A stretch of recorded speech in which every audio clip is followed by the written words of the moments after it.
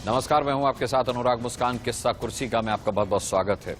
देखिए, 5 राज्यों में विधानसभा चुनाव का बिगुल बजने ही वाला है। अगले हफ्ते ही चुनाव आयोग 5 राज्यों की चुनाव तारीखों का ऐलान भी कर सकता है। लिहाजा आचार संहिता लागू होने से पहले सभी दल चुनावी मैदान में अपनी अपनी रणनीतियों के साथ सियासी समीकरण जो है वो बिठा रहे हैं। सत्ता की कुर्सी पाने के लिए तमाम दल सियासी गुणा भाग भी कर रहे हैं। जिसे जहां और जिसके साथ गणित बिठाने को मिल रहा है वो उस दल के साथ गठबंधन करके चुनावी रण में कूद पड़ा है। सियासी आजमाइश के बीच जनता का मिजाज सबसे मायने रखता है, सबसे ज्यादा मायने रखता है। तो हम अपने इस खास कार्यक्रम में जनता का मूड भी भांपेंगे और सियासी दलों की चाल पर भी रहेगी हमारी बहुत पैनी नजर।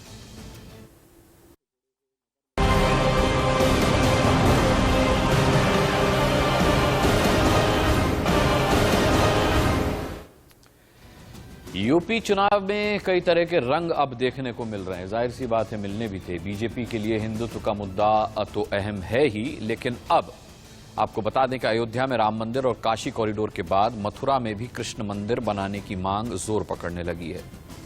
यही नहीं, जैसे ही मुख्यमंत्री योगी ने प्रदेश में कहीं से भी चुनाव लड़ने की बात कही तो मथुरा से उनके चुनाव लड़ने की मांग जोर पकड़ने लगी।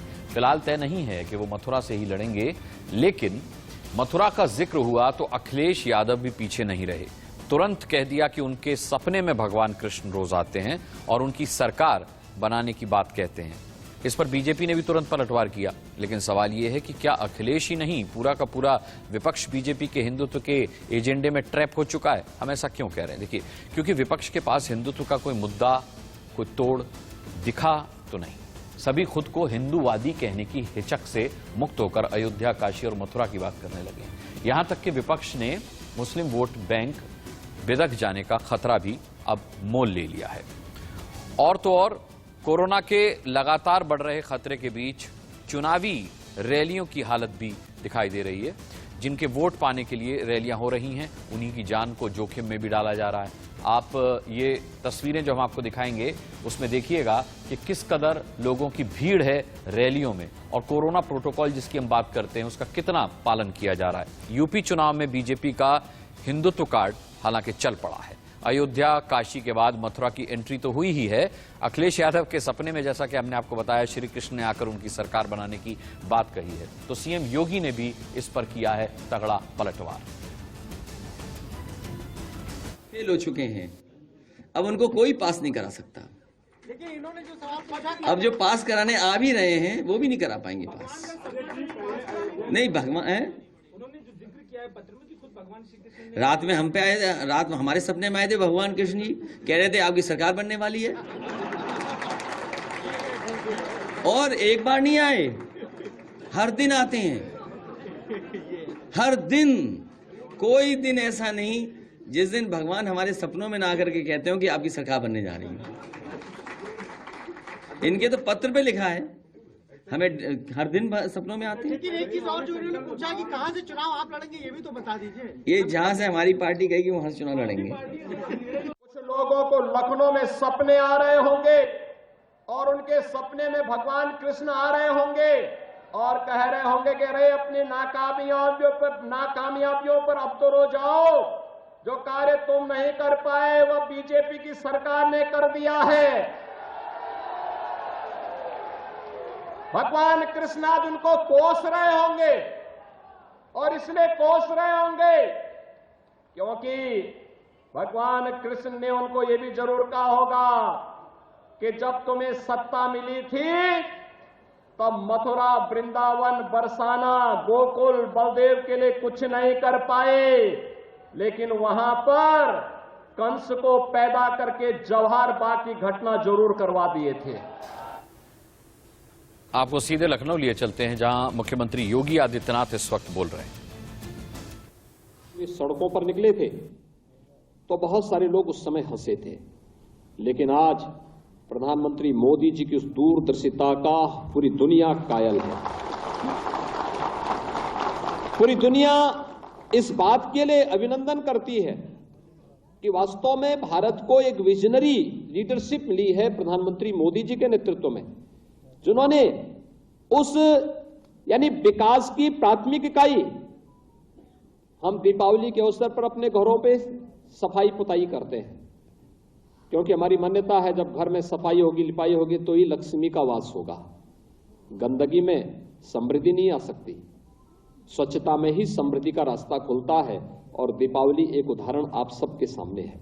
और प्रधानमंत्री जी ने उसी को ध्यान में रख करके स्वच्छ भारत मिशन को एक अभियान के रूप में लिया, जन आंदोलन के रूप में लिया। और आज आप देख सकते हैं नगरीय क्षेत्रों में कितनी स्वच्छता है। मैं पिछले दिनों गोंडा गया था।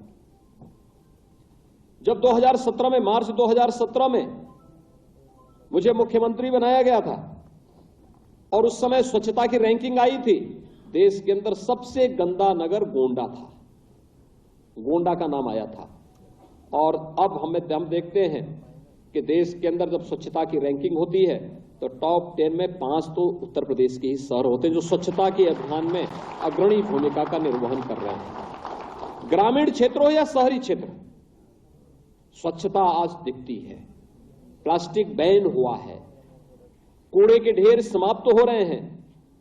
हमने उसको आधुनिक वैज्ञानिक तरीके से निस्तारण की प्रक्रिया को आगे बढ़ाया है, वेस्ट को एनर्जी में बदलने का कार्य किया है, लोगों के जीवन स्तर को सुधारने के लिए नगरीय क्षेत्रों में तमाम प्रकार की योजनाओं को आगे बढ़ाया है।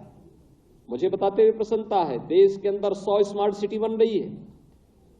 उत्तर प्रदेश की 10 शहर इस योजना के अंतर्गत चयनित हैं। ये आप योगी आदित्यनाथ को सुन रहे थे, लखनऊ में वो अपना संबोधन दे रहे थे। बहरहाल आपको बता दें कि आज फिर योगी ने यूपी के सहारनपुर में अखिलेश यादव पर निशाना साधा। मिली थी तब कोसी कला का दंगा करवा रहे थे, तब जवाहर बाग का दंगा करवा रहे थे, तब मुजफ्फरनगर का दंगा करवा रहे थे। और जब सत्ता मिली थी तब राम भक्तों पर भी गोलियां चला रहे थे। अब राम मंदिर का निर्माण जिनको करना है वो तो कर ही रहे हैं, कम से कम एक बार माफी तो मांग लो।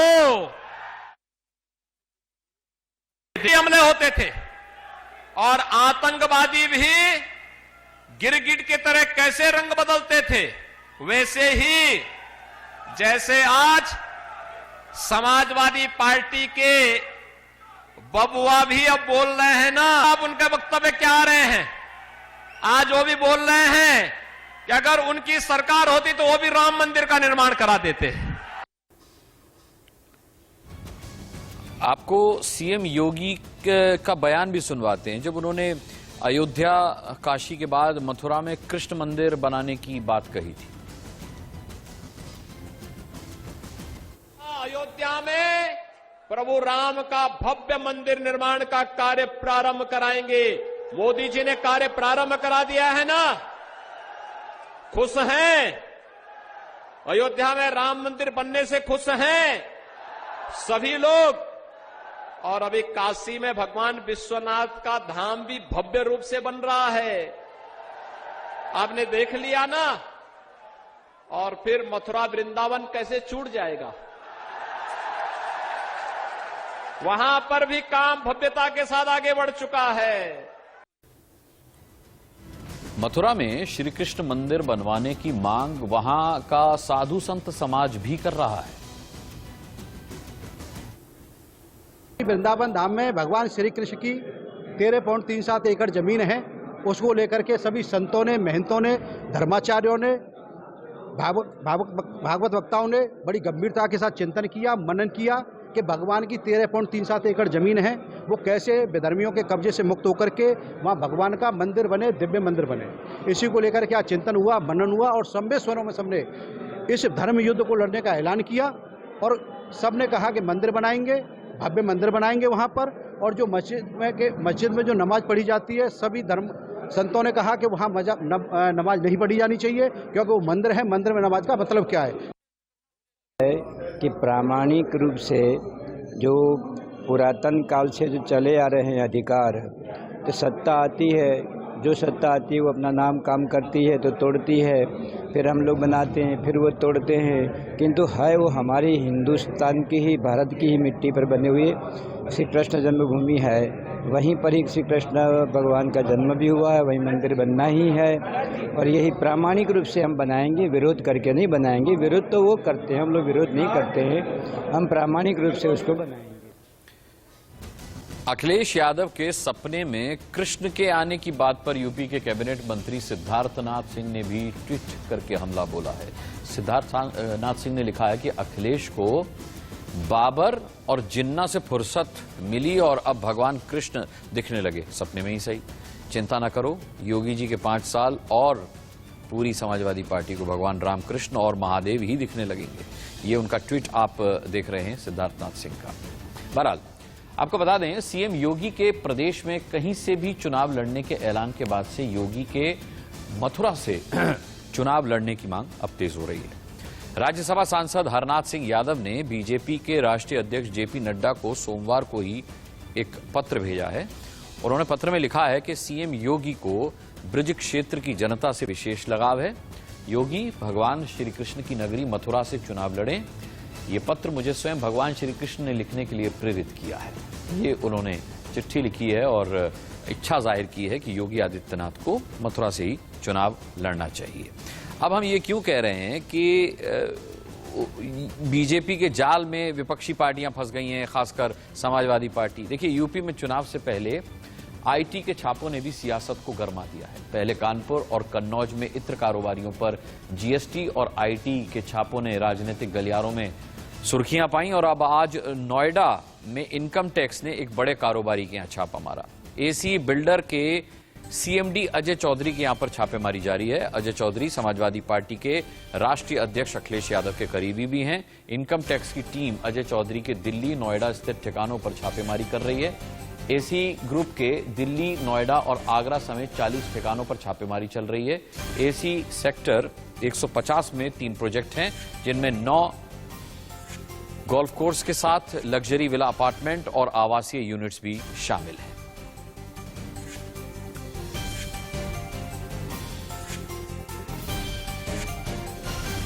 मुख्यमंत्री अखिलेश यादव के करीबी कहे जाते हैं अखिलेश, जो कहें तो एसीई ग्रुप के चेयरमैन अजय चौधरी। उनके ठिकानों पर आज सुबह से ही जो कहें तो आयकर विभाग की छापेमारी चल रही है। कहीं ना कहीं कहें तो हेरा फेरी और भ्रष्टाचार का आरोप लगा है। यानी अब कहें तो आयकर विभाग की टीम है, तमाम जो प्रोजेक्टों पर छापेमारी चल रही है। और ये जो आप सामने देख रहे हो, ये एसीई ग्रुप का सबसे बड़ा प्रोजेक्ट है एसीई सिटी, जो कि ग्रेटर नोएडा वेस्ट में बना हुआ है। हालांकि आयकर विभाग की टीम है वो नोएडा, ग्रेटर नोएडा में तमाम जो एसीई ग्रुप के प्रोजेक्ट हैं वहां पर छापेमारी चल रही है। हमारे संवाददाता रजत इस खबर पर हमारे साथ लाइव जुड़ रहे हैं। रजत, ये लगातार छापेमारी दर छापेमारी हो रही है और लगातार नए नाम और नए चेहरे सामने आ रहे हैं। अब ये जो छापेमारी चल रही है, इस पर क्या ताजा अपडेट है? जी बिल्कुल अनुराग, अगर हम अभी की बात करें, हालांकि शाम के 7 बज चुके, यानी 12 घंटे हो चुके हैं कि आयकर विभाग की टीम है जो कि एसीई ग्रुप के प्रोजेक्ट है वहां पर अभी भी डेरा डाले हुए हैं। यानी कहें तो अभी भी छापा चल रहा है।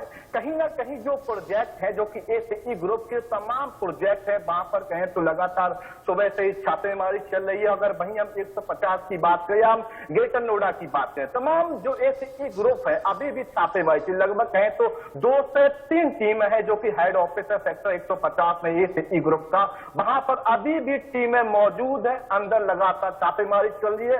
कहें तो कुछ अबर जो अखिलेश यादव के करीबी माने जाते हैं अजय चौधरी, उनके यहां पर लगातार छापेमारी चल रही है। ऐसे में कहे तो कुछ अहम दस्तावेज खंगालने में जुटी हुई है, लेकिन सूत्रों की माने तो अभी तक कुछ भी आयकर विभाग की टीम के हाथों में नहीं लगा है, जिससे कि जो आरोप लगा रहे थे कि धोखाधड़ी और हेराफेरी के आरोप लगाए जा रहे थे एसीई ग्रुप पर, लेकिन अभी तक कुछ भी क्लियर नहीं हुआ कि आखिर कौन सी धोखाधड़ी और कौन सी हेराफेरी है। ये जरूर एक सुबह से ही डेरा डाले हुए कहीं ना कहीं अब कहीं छापेमारी है वो लगातार चल रही है। चलिए अजय, नजर बनाए रखिएगा। अब रजत और अजय चौधरी के बारे में जो भी अपडेट होगा आगे भी आपसे लेते रहेंगे। फिलहाल जानकारी के लिए बहुत बहुत शुक्रिया आपका। अब देखिए, चुनाव में तो हर हथकंडे अपनाए जाते ही हैं। हर दल सबसे ज्यादा विपक्षी नेता के करीबियों पर ही चोट करता है ताकि उसकी सियासी छवि पर माकूल असर पड़े। अखिलेश के करीबियों पर छापे ही छापे पड़ रहे हैं ना। रियल एस्टेट के अलावा आगरा के शू एक्सपोर्टर विजय आहूजा और मनु अलग के आवास पर भी आईटी ने छापेमारी की है। मनु को अखिलेश यादव का करीबी माना जाता है। अभी कुछ महीने पहले अखिलेश यादव मनु की माता के निधन पर उनके घर भी आए थे। इसके अलावा आगरा की एक्सपोर्टर मानसी चंद्रा के विजयनगर स्थित आवास पर भी आईटी की टीम पहुंची। जिन करीबियों पर छापेमारी हुई है उनकी समाजवादी पार्टी से बेहद करीबी है। इनमें एक तो अखिलेश यादव के बचपन का दोस्त है, जबकि मानसी चंद्रा पूर्व एमएलसी की बहू हैं। दरअसल रियल एस्टेट एक्ट ग्रुप के सीएमडी अजय चौधरी आगरा के शू एक्सपोर्टर विजय आहूजा के ओम शू ट्रेडर्स में पार्टनर हैं। अजय चौधरी ने यहां रेड डालने से पहले ही इनकम टैक्स टीम ने उनके करीबियों पर शिकंजा कसने की तैयारी कर ली थी।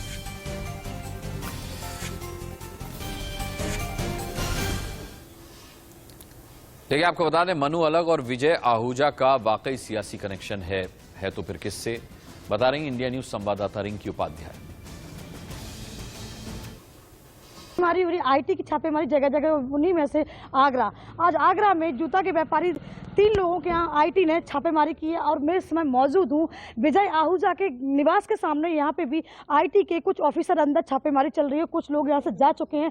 अब बताया जा रहा है कि इनमें से मानसी चंद्रा, विजय आहूजा और मनु अलख जो है वो अखिलेश जी के करीबी माने जाते हैं और इन तीनों के आपस में कहीं ना कहीं ताल जुड़े हुए हैं। अब देखना ये होगा कि जो ऑफिसर अंदर छापेमारी कर रहे हैं उनको वहाँ से क्या मिलता है, कुछ दस्तावेज मिलते हैं या और भी कुछ मिलता है, ये देखने की बात है। और इस समय गेट बंद है, अंदर जाने की अनुमति नहीं है और यहाँ जो आईटी के ऑफिसर हैं वो लगातार, मैं कैमरामैन साथी से कहना चाहूंगी कि अंदर की थोड़ी झलक दिखाएं।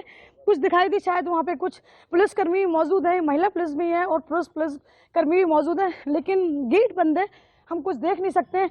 लेकिन माना यह जा रहा है कि सियासत गर्मा चुकी है और पूरे प्रदेश में अब छापेमारी का दौर शुरू हो चुका है। आगरा से रिंकी उपाध्याय, इंडिया न्यूज।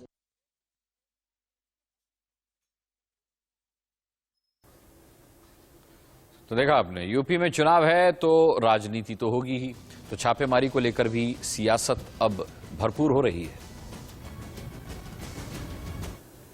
एजेंसियां हैं, किसी ने अगर कोई गलत किया होगा तो जांच एजेंसियां जांच करती हैं, गलत चीज पकड़ा जाता है तो उस पर कार्रवाई होती है। अगर कोई जांच में गलत नहीं पाया जाता है तो जैसे छापे पड़ते हैं, छापे के बाद कार्रवाई समाप्त हो जाती है।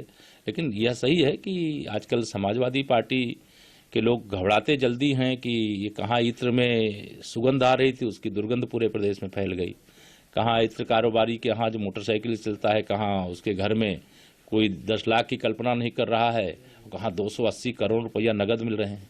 तो यह सब प्रदेश की जनता देख रही है और प्रधानमंत्री जी ने जो कहा था, न खाऊंगा न खाने दूंगा, और अगर किसी ने खाया है तो पूरा निकाल करके गरीबों के चरणों में समर्पित कर।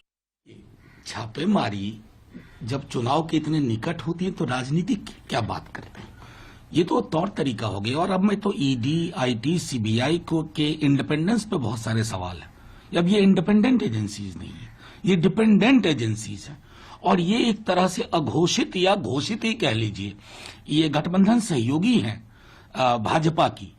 मुझे डर सिर्फ इस बात का है ना, अगर ये पॉलिटिसाइज्ड हो गई हैं इस प्रकार से, तो कल को जब भाजपा सत्ता में नहीं होगी, वो कल तो कभी ना कभी तो आएगा ना, तब फिर इसका दंश झेलना पड़ेगा। कुछ दिनों पहले भी अखिलेश के करीबी इत्र कारोबारियों पर छापे पड़े थे, जिसके बाद यूपी चुनाव से पहले लखनऊ से लेकर कन्नौज तक और जीएसटी और आईटी के छापों पर सियासत गरमाई हुई है। एक हफ्ते में पहले कानपुर में इत्र कारोबारी पीयूष जैन के घर छापा पड़ा। छापे में करीब 200 करोड़ रुपए मिले तो देश हैरान रह गया। ये शायद छापे में देश की सबसे बड़ी कैश बरामदगी रही होगी। पीयूष जैन पर छापे जीएसटी चोरी में मारे गए थे। इसके बाद 50 जगहों पर आईटी छापे शुरू हो गए। यूपी में जिन लोगों पर छापे पड़े उनमें सबसे बड़ा नाम समाजवादी पार्टी के एमएलसी पुष्पराज जैन और पम्मी जैन का है। पम्मी जैन के यहां 3 दिन तक कार्रवाई होती रही। छापों से लेकर समाजवादी पार्टी ने बीजेपी को घेरा। वहीं बीजेपी ने सवाल किया कि अखिलेश के पेट में दर्द क्यों हो रहा है। तो यहां अखिलेश के करीबियों पर पिछले हफ्ते भी छापेमारी हुई थी। आपको लगातार उसकी खबर हम देते रहे कि उनके करीबियों पर छापेमारी हो रही है और एक एक करके किस तरीके से ये छापेमारी चलती रही। दिसंबर में अखिलेश के 4 नेताओं पर छापेमारी हुई। राजीव राय, मनोज यादव, राहुल भसीन, जैनेन्द्र यादव पर छापे पड़े। कानपुर कन्नौज में इत्र कारोबारी पीयूष जैन के घर में से 200 करोड़ कैश बरामद हुआ। कई किलो सोना चांदी, 600 किलो चंदन तेल भी जब्त किया गया। समाजवादी पार्टी के एमएलसी इत्र कारोबारी पम्मी जैन के घर पर छापे पड़े। देश भर में कई इत्र कारोबारियों पर छापे की कार्रवाई हुई। आज अखिलेश के करीबी एसी ग्रुप के मालिक अजय चौधरी पर छापा पड़ा, जिसका अपडेट हमने अभी आपको दिया था। शू कारोबारी मनु अलग और विजय आहूजा पर भी छापेमारी हुई है। इसकी भी जानकारी, इसका भी अपडेट हम आपको अभी दे चुके हैं। चलिए, इसके अलावा आपको जो खबर देनी है वो ये देनी है कि बरेली में कांग्रेस की मैराथन दौड़ के बीच भगदड़ मच गई। इस दौरान कई छात्रों को चोट भी लगी है। कांग्रेस लगातार अलग अलग शहरों में लड़की हूं, लड़ सकती हूं मैराथन का आयोजन कर रही है। आज बरेली में ये मैराथन थी, इसी दौरान ये भगदड़ मची। ये तस्वीरें आप देख रहे हैं इसी मैराथन की।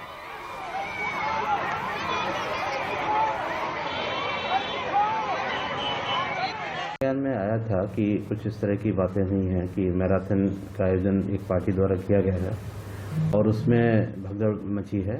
इसके संबंध में मैंने तत्काल सिटी मजिस्ट्रेट को आदेश दिया है कि वो इसकी पूरी प्रक्रिया की जांच करें और वो हमें आज जांच कर रहे हैं इसकी और शाम तक हमें जांच करके उपलब्ध कराएंगे। इसके बाद हम आगे की कार्रवाई करेंगे। ये उन्होंने कोविड गाइडलाइंस का उल्लंघन किया तो हम उनके विरुद्ध एफआईआर भी दर्ज कराएंगे। कुर्सी है तो किस्सा भी होगा और किस्सों का कोई अंत तो होता नहीं था। देखिए, चीन के दुष्प्रचार का भारतीय सेना ने करारा जवाब देते हुए नए साल के मौके पर गलवान घाटी में भारतीय तिरंगा लहराया। सैन्य अधिकारियों के हवाले से 2 तस्वीरें जारी की गई हैं। तस्वीरों में सेना के 30 जवान तिरंगे के साथ नजर आ रहे हैं। जवान हथियार लिए हुए हैं। एक तिरंगा भी भारतीय चौकी पर लहरा रहा है और दूसरा तिरंगा जवानों के हाथों में है। आपको बता दें कि चीन ने भी इससे पहले एक वीडियो जारी किया था जिसमें ड्रैगन ने के सैनिक जो हैं वो गलवान में अपने इलाके में चीनी ध्वज फहरा रहे हैं और राष्ट्रगान गा रहे हैं। अब भारतीय सेना ने भी इसका करारा जवाब देते हुए 2 तस्वीरें जारी की हैं। ये 2 तस्वीरें आपके सामने हैं। भारतीय सेना गलवान घाटी में किस तरीके से भारतीय सैनिक तिरंगा लहरा रहे हैं।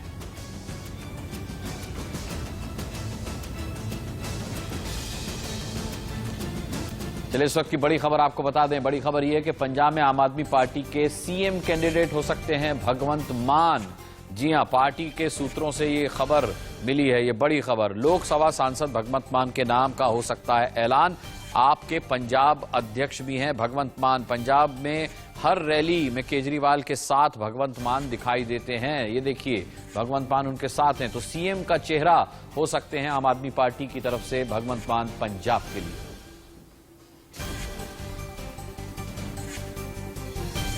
आपको बता दें, दिसंबर में इंडिया न्यूज के मंच पर आम आदमी पार्टी के संयोजक अरविंद केजरीवाल ने कहा था कि पंजाब में जल्दी ही सीएम उम्मीदवार का ऐलान होगा। इंडिया न्यूज का सवाल था कि क्या भगवंत मान या किसी और को सीएम का चेहरा बनाया जाएगा। जवाब में केजरीवाल ने कहा कि चुनाव से कुछ दिन पहले सीएम का फेस तय कर लेंगे।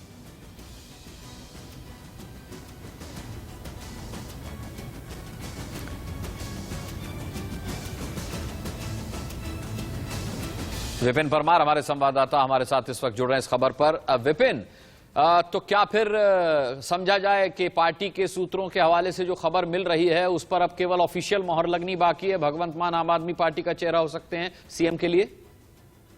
देखिए, बिल्कुल कहीं ना कहीं आधिकारिक घोषणा होनी बाकी है। अरविंद केजरीवाल जो कि दिल्ली के मुख्यमंत्री हैं, वो कोरोना पॉजिटिव हो गए हैं। ऐसे में पीएसी जो उच्च कमेटी है उसकी ओर से मुहर लगा दी गई है, क्योंकि पार्टी कार्य की ओर से लगातार ये मांग की जा रही थी। जहां पर भी केजरीवाल जाते थे पंजाब में, वहां पर भगवंत मान के समर्थन में नारे लगते थे। ऐसे में पीएसी की ओर से मुहर लगा दी है। अब सिर्फ आधिकारिक घोषणा होनी बाकी है। 2017 के चुनावों में जो पार्टी ने गलती की थी बिना चेहरे के उतरने का, वो इस बार पार्टी नहीं करने जा रही। और जो पुख्ता सूत्र इंडिया न्यूज के बताते हैं वो यही है कि भगवंत मान को लेकर पीएसी में लगातार जिस तरह से मांग की जा रही थी पार्टी कार्य की ओर से, कार्यकर्ताओं की ओर से, उस पर गहन मंथन किया गया और पीएसी में इसको लेकर सहमति बन गई है। अब इंतजार इस बात का किया जा रहा है कि जल्द से जल्द अरविंद केजरीवाल जो है वो रिकवर हो कोविड से, और उसके बाद जिस तरह से पार्टी कैंडिडेट्स को लेकर आम आदमी पार्टी लीड लिए हुए पंजाब में लगातार अपने उम्मीदवारों की घोषणा उनकी ओर से कर दी गई है। वैसे ही जल्द से जल्द सीएम के चेहरे का भी घोषणा करते हुए जो है पार्टी तमाम अन्य दलों से जो है वो लीड हासिल कर ले। ऐसे में भगवंत मान जो है उनके चेहरे पर मोहर लगी है और कहीं ना कहीं पार्टी को अगर बात लगातार अलग अलग प्लेटफॉर्म पर जिस तरह रिप्रेजेंट किया गया है भगवंत मान की ओर से, उसको देखते हुए कहीं ना कहीं पार्टी काडर और कार्यकर्ताओं की मांग थी कि भगवंत मान को चेहरा जो है वो 2022 के लिए बनाया जाए। लेकिन विपिन, भगवंत मान ही क्यों? भगवंत मान शुरू से थोड़े विवादास्पद भी रहे, उनके वीडियोस भी ऐसे भगवंत मान पर इतनी गंभीरता क्यों दिखा रही है पार्टी? क्या कोई और चेहरा नहीं है या भगवंत मान इतने प्रोमिनेंट हो गए वहां पर कि वो ये कुर्सी निकाल सकते? देखिए, इस समय लड़ाई जो है, क्योंकि भगवंत मान इस समय अगर बात करें तो आम आदमी पार्टी के जो पुराना काडर था जिसने पंजाब में पार्टी को खड़ा किया, उसमें से कोई भी चेहरा पार्टी के साथ में नहीं है। चाहे वो धर्मवीर गांधी हो, चाहे अगर बात करें छोटेपुर की बात की जाए, वो तमाम लोग जिनके द्वारा जो है पार्टी को पंजाब में खड़ा किया गया था। लेकिन 2019 में जिस तरह से लोकसभा चुनाव में मात्र भगवंत मान को जीत हासिल हुई और लगातार अपने सटायरिकल मैनर में जिस तरह से वो विपक्षियों पर तंज कसते हैं, उसके साथ साथ पंजाब की जनता में उनकी जो सोशल मीडिया जो एक एक्टिव रहते हुए उनकी फॉलोअरशिप है, उसको भी ध्यान में रखते हुए और साथ ही साथ जिस तरह से वो लगातार पिछले कुछ समय से, चुनावों से पहले से ही कई ऐसे मुद्दे हैं जिनको लेकर पंजाब में इस बार चुनाव जो है वो लड़ा जा रहा है, उनको लेकर प्रभुत्ता के साथ जो है जनता के बीच में है, उन तमाम चीजों को देखते हुए कहीं ना कहीं, क्योंकि प्रोमिनेंट नाम है और आम आदमी पार्टी की रिप्रेजेंटेशन पंजाब से अगर दिल्ली तक अगर होती है तो भगवंत मान के चेहरे पर होती है। तो ऐसे में तमाम फैक्टर्स को देखा गया है और साथ ही साथ सबसे ज्यादा जो फीडबैक लिया गया है वो कार्यकर्ताओं से लिया गया और कार्यकर्ता जो है और साथ ही साथ पार्टी का जो काडर है पंजाब का, उसकी ओर से इस पर मुहर जो है वो लगाई गई। चलिए विपिन, आगे भी आपसे अपडेट लेते रहेंगे। फिलहाल जानकारी के लिए आपका बहुत बहुत धन्यवाद करना चाहेंगे।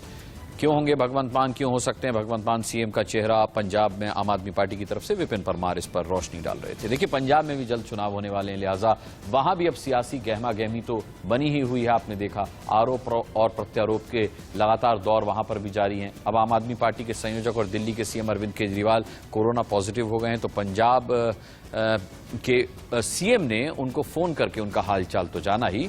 चुनाव के मद्देनजर मोरिंडा में चन्नी ने केजरीवाल को लेकर तंज भी कसा।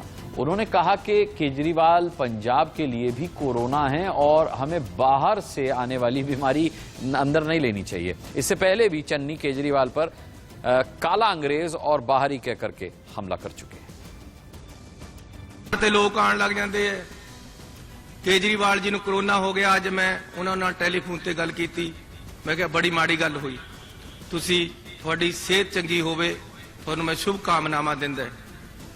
लेकिन ये लोग बाहर से आके पंजाब च राज करना चाहते, पंजाब वास्ते भी ये कोरोना ही है। ऐसी यह जा कोरोना नहीं लेना, अजिही बीमारी नहीं पानी कि जिहड़ी बाहर से आके सानू पै जे, साडा पैसा बाहर नूं जाण लग जे। हुण दिल्ली दे मुख्यमंत्री दे बोर्ड पंजाब च लगे वे कि ऐतकी बार केजरीवाल किते फ्री थोड़ो लगते हैं, दिल्ली दी सरकार दा पैसा लग रहा। कल नूं किते आपां उरे बना बैठे तां साडा पैसा दिल्ली और महाराष्ट्र च लगदा फिरूगा, खर्चा बाहर नूं जाण लग जाएगा। ऐसी लोकां वालों मोड़ना है।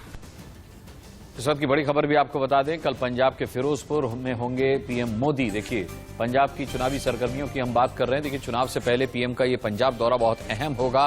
पंजाब को 43,000 करोड़ की वो सौगात भी देंगे। दिल्ली अमृतसर कटरा एक्सप्रेसवे की नींव रखेंगे। पीजीआई सैटेलाइट सेंटर में कई परियोजनाओं की आधारशिला वहां प्रधानमंत्री रखने वाले हैं। तो देखिए, 5 राज्यों के चुनाव में एक मणिपुर भी आता है। मणिपुर में भी जल्द विधानसभा चुनाव होने वाले हैं। आज प्रधानमंत्री नरेंद्र मोदी मणिपुर दौरे पर पहुंचे। पीएम मोदी ने मणिपुर में करोड़ों रुपयों के प्रोजेक्ट की सौगात दी। पीएम ने जनसभा को भी संबोधित किया। उन्होंने कहा कि मणिपुर और पूर्वोत्तर क्षेत्र भारत के विकास मिशन का केंद्र होंगे और राज्य में निर्माणाधीन राजमार्गों को अंतर्राष्ट्रीय व्यापार को बढ़ावा देने के लिए दक्षिण पूर्व एशियाई देशों से जोड़ा जाएगा। मोदी ने इम्फाल में पारंपरिक ढोल भी बजाया। पीएम मोदी अपने इसी मैजिक अंदाज के लिए जाने भी जाते हैं। जहां जाते हैं वहीं के रंग में वो रंग जाते हैं और ये तस्वीर उसी की बानगी है। मोदी मणिपुर के साथ त्रिपुरा भी पहुंचे। 3,30,000 घरों को मुफ्त बिजली कनेक्शन दिलवाया है।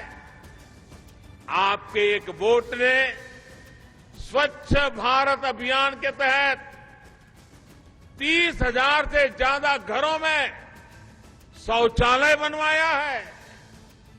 ये आपके एक वोट की ही शक्ति है कि कोरोना से मुकाबले के लिए यहां वैक्सीन की 30 लाख से अधिक डोज मुफ्त दी जा चुकी है। आज मणिपुर के हर जिले में ऑक्सीजन प्लांट भी बनाए जा रहे हैं। ये सब कुछ आपके एक वोट ने किया है। मैं आप सभी मणिपुर वासियों को अनेकविध उपलब्धियों के लिए हृदयपूर्वक हार्दिक बधाई देता हूं। मैं मुख्यमंत्री बीरेन्द्र सिंह जी और उनकी सरकार को भी बहुत बहुत बधाई देता हूं कि वो मणिपुर के विकास के लिए इतना परिश्रम कर रहे हैं। देखिए, आपको बता दें जौनपुर में 9 विधानसभा हैं, जिसमें 4 पर बीजेपी, 1 पर अपना दल एस का कब्जा है, जबकि 1 सीट पर बीएसपी है और 3 सीट समाजवादियों के खाते में। लेकिन इस बार जनता का मूड क्या है, जौनपुर से गोरखपुर की बस में बैठ करके हमने ये जानने की कोशिश की। आप देख रहे हैं इंडिया न्यूज। इंडिया न्यूज के खास कार्यक्रम जय हो में आपका स्वागत है। और चुनावी माहौल है, 2022 का बिल्कुल बच चुका है और ऐसे में क्या मुद्दे रहेंगे, क्या सोच के लोग वोटिंग करेंगे, किसकी सरकार बनेगी, ये जानने के लिए लगातार इंडिया न्यूज कार्यक्रम चला रहा है जय हो। इसी में हम आज जो है जौनपुर से गोरखपुर की बस में सवार हुए और इसमें जो यात्री हैं हम इनसे बात करेंगे कि आखिर इस बार क्या मुद्दे हैं जिनको लेकर वोट करने वाले और किनकी सरकार बनने वाली है। सबसे पहले हम बात करेंगे, भाई साहब क्या नाम है आपका? मोहम्मद सुहेल। ये बताइए इस बार किन मुद्दों पे आप वोट करने वाले हैं? भाई हम तो हमेशा सपा को देते हैं, हमेशा देंगे सपा को। समाजवादी पार्टी? समाजवादी पार्टी। सरकार किसकी बनेगी क्या लगता है? सरकार तो अब ये बीजेपी और सपा की है लड़ाई, देखिए किसकी सरकार बनती है। मतलब भाजपा और सपा में लड़ाई आप मानते हैं? क्या लगता है पिछले 5 सालों में विकास हुआ है कि नहीं हुआ है? विकास हुआ भी है, नहीं भी हुआ, अब क्या बताया जाए उसमें। बीजेपी सीएम योगी कह रहे हैं कि विकास की गंगा बह रही है। नहीं, गंगा कहाँ बह रही है, पब्लिक तो देख रहे हैं ना कौन सी गंगा बह रही है। या बिल्कुल। और कुछ लोग हैं हम इनसे भी बात करेंगे, इधर आएंगे। भैया क्या नाम है आपका? रविशंकर यादव। रविशंकर जी ये बताइए इस बार किसकी सरकार बनेगी प्रदेश में? सर सपा के। सपा की सरकार? क्यों, भाजपा की क्यों नहीं? सर भाजपा से सब लोग नाखुश है। क्या कारण है कि जनता नाखुश है? सर महंगाई इतना है। हाँ, तो महंगाई, तेल का रेट जिस हिसाब से बढ़ रहा है उसी हिसाब से आम लोगों के पर भी जो है कि ऊपर से दबाव पड़ रहा है। लोग कुछ करने में, हर क्षेत्र में महंगाई बढ़ रही है। सरकार में 2 साल कोरोना काल में गुजरे, जिस तरह से सरकार ने जो है कोरोना काल में मदद की, क्या वो नहीं देखेंगे आप? सर तो सरकार थे, सरकार को देखना ही पड़ेगा, अपने परिवार को, मुखिया को देखना ही पड़ेगा। दुख सुख में मुखिया ही साथ देगा। तो फिर और अगला निर्धारित करना मुखिया का काम है कि फिर क्या करना है हमको। लगता है कि सपा की सरकार बनेगी। मैम आप बताइए आपका क्या नाम है? गीता यादव। ये बताइए इस बार महिलाओं का क्या रुख है? हमें तो लग रहा है सपा की सरकार बनेगी। सपा की बनेगी पक्का। क्यों, क्या कारण? क्यों, हर क्षेत्र में देखिए गुंडागर्दी, सब कुछ तमाम भ्रष्टाचार फैल रहा है, महंगाई इतनी ज्यादा है। योगी जी कहते हैं कि सपा सरकार में महिलाएं सुरक्षित नहीं थी और भाजपा सरकार में सुरक्षित। बात नहीं है, क्यों नहीं सुरक्षित थी? आपको लगता है कि सपा की सरकार आएगी? पक्का सपा की सरकार आएगी। या बिल्कुल। तो देखिए लोग हैं इनके साथ और कहना समाजवादी सरकार आएगी। और कुछ लोग हम इनसे बात करेंगे। भैया आप युवा हैं, वोटिंग करते हैं? नहीं। अभी नहीं कर, कितने साल के हुए? 18। तो इस बार वोट करेंगे आप? हाँ करेंगे। 18 के हो गए तो वोट करेंगे। तो क्या, किसको आप अपना वोट देंगे, कौन सी सरकार को? अब वोटिंग देंगे तो बताएंगे किसकी सरकार बनेगी, क्या लगता है आपको? आदित्यनाथ योगी की बनेगी। योगी जी की बनेगी। क्या कारण है कि युवा योगी को पसंद कर रहे हैं? योगी की पसंद करे, इतना काम वाम हो रहा है, इसके वजह से रोड जो घर का सबका आवास मिल रहा है, जिसका छत नहीं था उसका भी छत बन रहा है, मड़ई का था उसके भी ऊपर छत हो गया है। मतलब आवास मिला, सड़कें भी बन रही हैं, आवास मिल रहा है, राशन वगैरह मिल रहा है, सब मिल रहा है। तो बीजेपी की सरकार बनेगी। आप बताइए, आप क्या लगता है किसकी सरकार बनेगी? योगी की। योगी जी की। एक वो आंटी जी थी, वो बता रही हैं जो कि सपा की सरकार महिलाएं सुरक्षित नहीं है इस सरकार में, आपको क्या लगता है? ये सुरक्षित तो है, अपना सेव करने का ऊपर है। मतलब बीजेपी की सरकार बनेगी। हाँ, उन्हीं का बनेगा। बिल्कुल। और कुछ लोग हैं इधर, इन लोगों से भी बात करेंगे। आप बताइए, क्या नाम है आपका? रेनू राय। आपको क्या लगता है इस बार महिलाएं किसको वोट करेंगी, किसकी सरकार? भैया अपना अपना मत में जहाँ उचित होगा वहाँ दिया जाएगा, अभी से क्या कहा जाए। नहीं, सरकार किसकी बन सकती, क्या लगता है आपको? अब क्या बताएं, देखा जाएगा जब समय आएगा तब, अभी से क्या कहें। चलिए, फिलहाल जब समय आएगा तब आप बताएंगे कि किसको वोट करेंगी। और यहाँ पे कुछ और लोग, हम इनसे भी बात करेंगे। चाचा, आपका क्या नाम है? कैलाश मिश्रा। ये बताइए, इस बार किसकी सरकार बनने वाली प्रदेश में? बीजेपी बनेगी। बीजेपी की। काम हुआ है बीजेपी सरकार में? हाँ, काम तो हो ही रहा। अखिलेश यादव जी विजय रथ निकाले, बोल रहे हैं कि काम नहीं हुआ है। अरे काम का नहीं हुआ, काम तो हो रहा है। काम। इसी तरह रोज आपको बताएंगे किस्सा कुर्सी का। कल शाम 7 बजे फिर हाजिर होंगे, तब तक के लिए इजाजत दीजिए।